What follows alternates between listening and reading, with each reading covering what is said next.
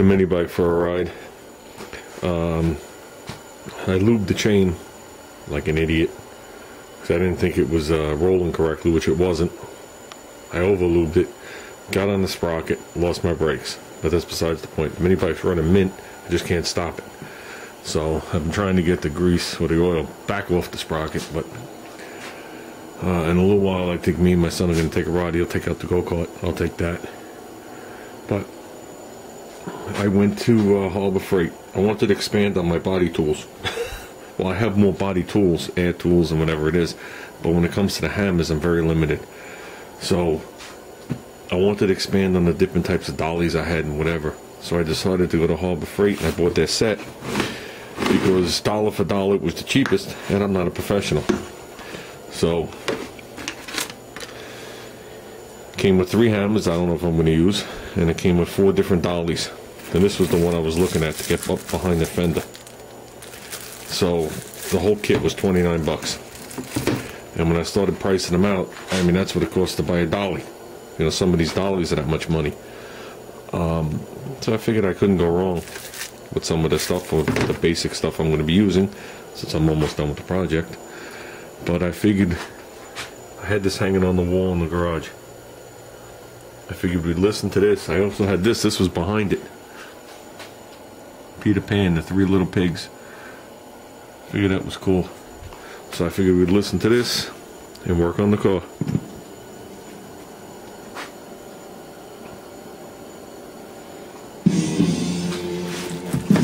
So this is what I'm going to work on. I'm going to try and get up there with this just to start working it. I don't even know if I can. Whoops, I don't know where I was pointing you guys. I guess actually I want to get this area back out, so maybe go back there with my flat pick hammer and dolly it here and just start to work it out and see how I land. And maybe as I pull it out, this will start to go up. I'm going to try and reverse engineering it. Right, you're supposed to go from the deepest part to the most shallowest part. That's the deepest. I really can't get there, so I can get right next to it. And we'll work on it. Let's see what we got. Let me unpackage some of this stuff. Well, getting to that fender lip was a little hard with the tire on, so I pulled the tire off. But now you guys can see the brake setup that I've talked about. See how the edges turn rusty? That's what this car is going to get before it gets all back together. It's going to get everything detailed. But it'll be covered with body dust long before then. Basically what you have here is, there's an aluminum hat, they call it, made by Wilwood. These are Wilwood rotors. I think they're 11 3/4 if I'm not mistaken, almost 12 inches. You have a GM metric caliber, which if you go aftermarket, you can get 3 different bore sizes. I think the smallest one was 2.5 inches, and I forgot what the other 2 sizes are. It goes up to 2 3/4. Which I went with the 2 3/4 because that's the size bore I had on my original caliber when I converted this to disc brakes the first time, and I had done all the calculations with my master cylinder, so I was going to stick with the same one. But I don't know if you realize where I mounted the calibers, how they're down and low. That's just where they worked out. Oh, I don't know if you guys are going to be able to see it, but this tin plate, I actually have a video on it. This steel plate that holds the caliber and everything together, I had to stand there and make that. Because you gotta remember, the hubs is 42 International, the axle's 42 International. They don't make plates that fit a 42 International. So, and if you look now that the wheels are off, see how far the hubs stick out. You don't notice it because of the depth of the rim. The rim is pretty deep here, you know. So you don't realize they stick out that far. You could always get center caps on them. But and those hats are drilled for a 4.5 inch bolt circle, AMC Ford Mopar, 4 3/4, which is like Chevy, and then I can get my finger on it and we'll step back to that one, the big 5 inch hole. When I originally did this setup, you could even see the marks here. I had it set up for 4.5 to match the rest of the car, and the rims that were on this were 4.5. Those were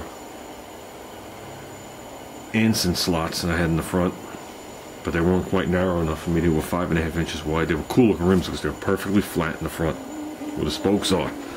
Only ones I've ever seen like that. These have a slight curve to them. Those were flat as whatever. And then my friend sold me these. These are 15 by 3.5. So, but they were Chevy bolt pattern. But the price was so cheap, it was like comical. So I was like, I'll re-drill them. And I re-drilled the actual hub, and then just moved the rotor over one set of holes. So I tapped this a little bit. Now that I have the tire off, I get back in there and start working on it. But I just figured I'd show you guys that because I had mentioned at one point about the disc brakes on here. Let me tell you something, guys. I have manual disc in the front, manual drum in the rear, full-size drum from a full-size AMC. The right calculations done to the brake pedal and the right, master cylinder bore size. The car stops like a dream. No problems whatsoever. So, and I know the rotor increase made a difference because when I hit the other ones were an inch shorter, an inch smaller with the same size bore, and the car didn't stop as well. But these, absolutely positively no problem, no brake fade, no pulling. It's just like, I'm not going to say it's like driving a modern day car because you do have a little power assist, but it's not like my Concorde out there has manual disc from the factory. I have a boost and converted, I just never did. This car stops. That car I always wonder about. So, like I said, if anybody's looking, I know Darren was doing manual disc in the front of his car. If you get the calculations right, you know what I'm saying? It does stop nice. And there is a difference between modern day stuff than old stuff. I mean, I know this is old school, but like I said, it's a big bore. The bigger the bore, the more the mechanical advantage. The bigger the rotor, the more the mechanical advantage. So, but I will tell you something, this rotor, it's not the rotor, this caliber has a problem fitting rims. This is actually slightly rounded over now. I got rid of the casting off it. The clear. See, even this rim, you would think wouldn't be a problem, but it's a problem. Let me put it this way. Every single rim I put on that caliber setup when I had the other bolt pattern was a problem. The Ansons took spaces, very small, but it was still like a 1/4 inch spacer to clear it. And in that car it was the pins.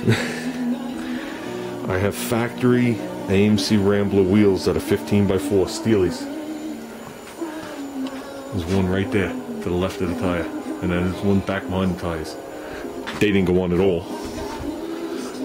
Any kind of factory AMC wheel didn't fit. So when you step up in the rotor size, you do have issues. So you just got to keep that in mind. A lot of people that step up the bigger brakes are going 16s, 17s, 18s, and pounding it. But if you're staying old school. But I also do know one thing, another tip to you guys. And I deal with a guy that already had to deal with this, building one of his older cars. You can custom order wheels. Okay, like Stockton and all these little places that sell you wheels. But you have to request at the center of the wheel. And I'm not talking about this center. I'm talking about, now this isn't a steel wheel, I'm talking about from here to here, the actual hoop of the wheel. They come in 2 different sizes. Old school, that hoop is smaller, and that hoop is the same size whether you have a 14 or a 15. You could take your inserts out of a 14 and put it in a 15-inch wheel. It just drops down further to do it. But they make wheels that this hoop, the diameter is taller, to allow you to run big brakes front and rear in your car. So if you're having custom wheels made, it's something to know. So I'm going to get back on the Heimer and Darlene. We'd veered for too far.